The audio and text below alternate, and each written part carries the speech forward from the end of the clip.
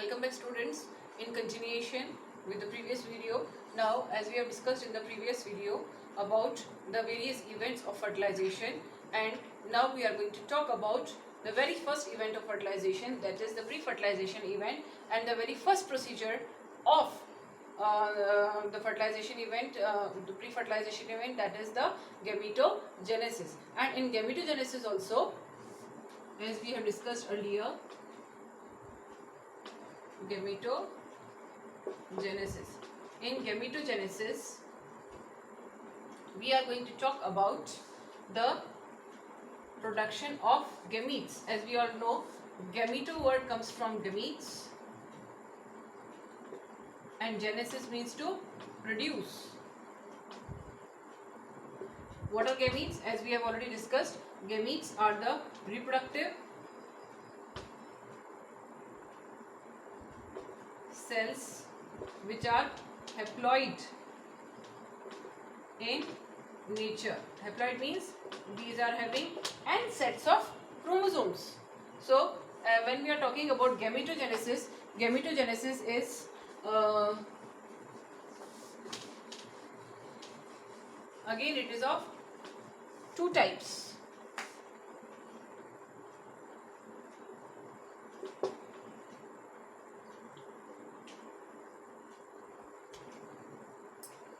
That is, first is microsporogenesis and the other is megasporogenesis. So when we are talking about the microsporogenesis, microsporo comes from the word microspores, and genesis again means to produce. When we are talking about the microspores, microspores are the male gametes, and these are the pollen grains. Again, when we are talking about the megasporogenesis, megaspores means the ovum or the ovule or the egg or the ovule, and that is the megaspores, and genesis means to produce. So XS, these are the female gametes. So now we are going to discuss about the microsporogenesis first.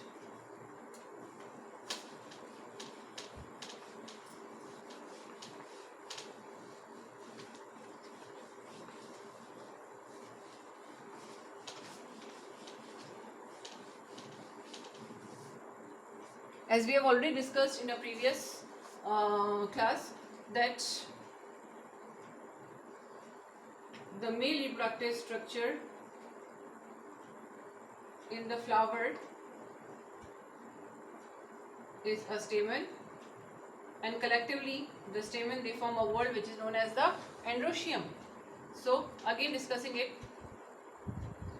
a single stamen, it comprises of a stalk-like filament and an anther lobe which is present at the apex of the filament. Basically, this stalk-like filament, it harbors or it supports the anther lobe, and it keeps it in a hanging condition, so as whenever the anther lobe dehisces out, the pollen grains are very well exposed for pollination by varied pollinating agencies. So talking about the anther lobe first, or the anther first, anthers, as you can see, it is having two lobes, therefore it is bilobed. Bi means two, and lobed means it is having two lobes, therefore it is named as two lobes. And since these are made up of two thecas, hence they are said to be dithecous. Di again comes from the word two. Di means two, and thecus comes from the word theca. Hence, they are said to be dithecous. Now, when we are going to have a look at the TS of the anther lobe, we are going to come to know that it is not only dithecous, but it is also a 4-chambered anther lobe. And this anther lobe, it comprises of 4 layers.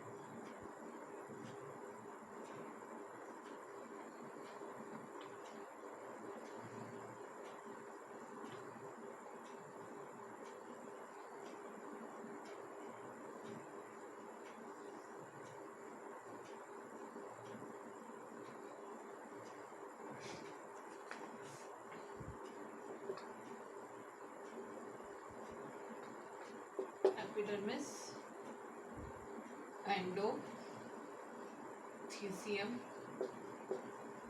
this is the middle layers, tapetum,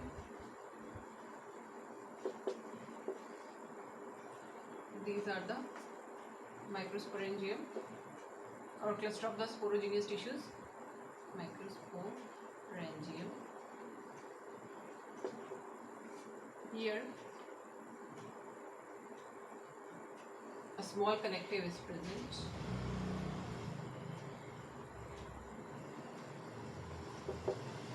This is a deep ventral groove. So this is the TS of the anther lobe, which gives give us a whole view of the internal structure of the anther lobe. As we can see, the anther lobe, it comprises of 4 wall layers, and these wall layers are in a sequence, that is epidermis, which is the outermost wall layer of the anther lobe. Then comes the second, that is endothecium, which lies just beneath the epidermis, and below the endothecium is found the middle layers. Then these 3 layers, they are in continuation with one another, as well as they are found in a continuous way all around the anther lobe. But when we are talking about the 4th layer, that is the tapetum, it is not in continuation with these 3 layers, but rather it is found in patches at 4 different places, that is around the microsporangium, surrounding the microsporangium. From this we can easily deduce out the function of these wall layers, that is the epidermis, the endothecium and the middle layers.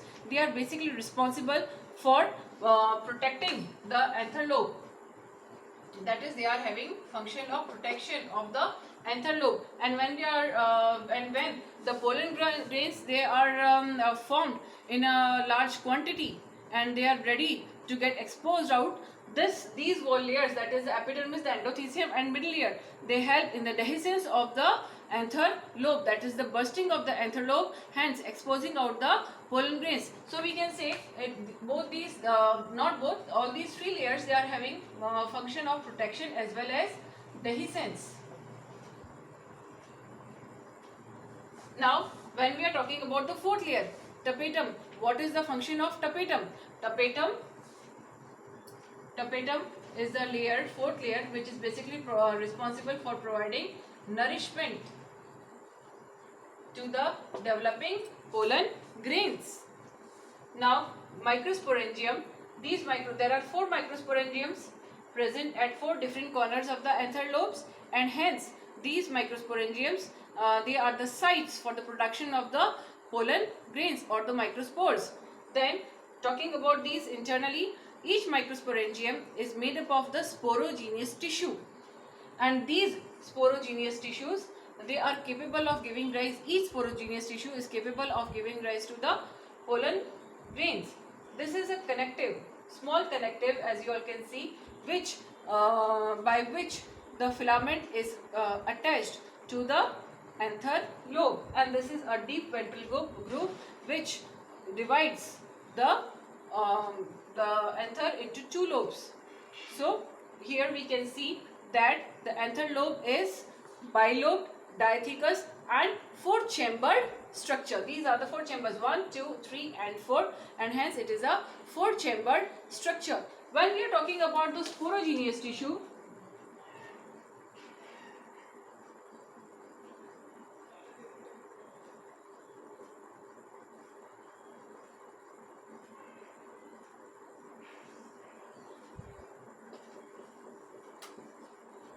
the sporogenous tissue is aligned like this, and each cell of the sporogenous tissue is capable of giving rise to the pollen grains, and hence we can call them as the microspore mother cells or the pollen mother cells accordingly. So each pollen mother cell, that is the PMC, pollen mother cell, each PMC accordingly undergoes microsporogenesis, that is meiotic division,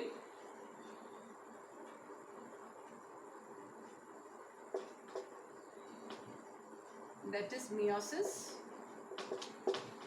And as we all know that meiosis is a type of division which leads to the formation of 4 haploid cells. Hence, by each pollen mother cell, 4 microspores will be formed which are going to remain intact in a tetrad until and unless they develop and mature.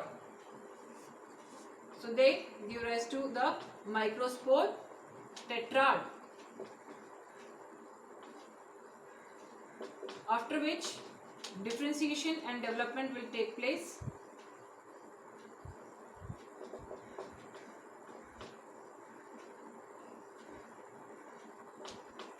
Differentiation and development will take place, which will give rise to individual pollen grains or the microspores. After maturation, these pollen grains, they are going to get separated from one another, and after the complete maturation and development of the pollen grains, each microsporangium, it is going to burst out and it is going to release the microspores in the central cavity of this.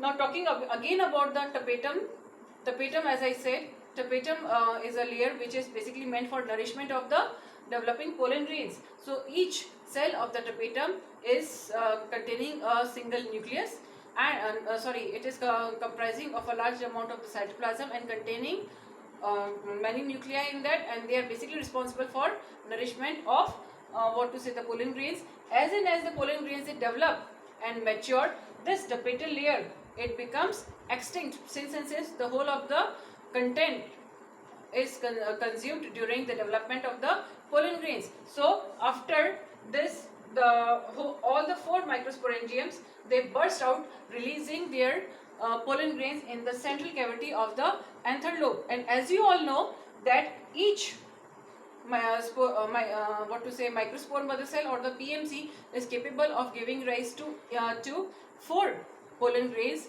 Therefore, a large number of the pollen grains will be formed, which are going to lie in the central cavity of this anther lobe. After this, due to volumetric index, what will happen? Since a pressure will be created by the large number of the pollen grains on the wall layers of the anther lobe, the external 3 wall layers of the anther lobes. These 3 wall layers of the anther lobes, they are going to get dried up and they are going to rupture thus exposing out the microspores or the pollen grains in the nature, so as they can be very well carried off for pollination by varied pollinating agents. So this is how microsporogenesis takes place in the microsporangium or the anther lobe. In our next class, we are going to discuss in detail the structure of the pollen grains. Thank you.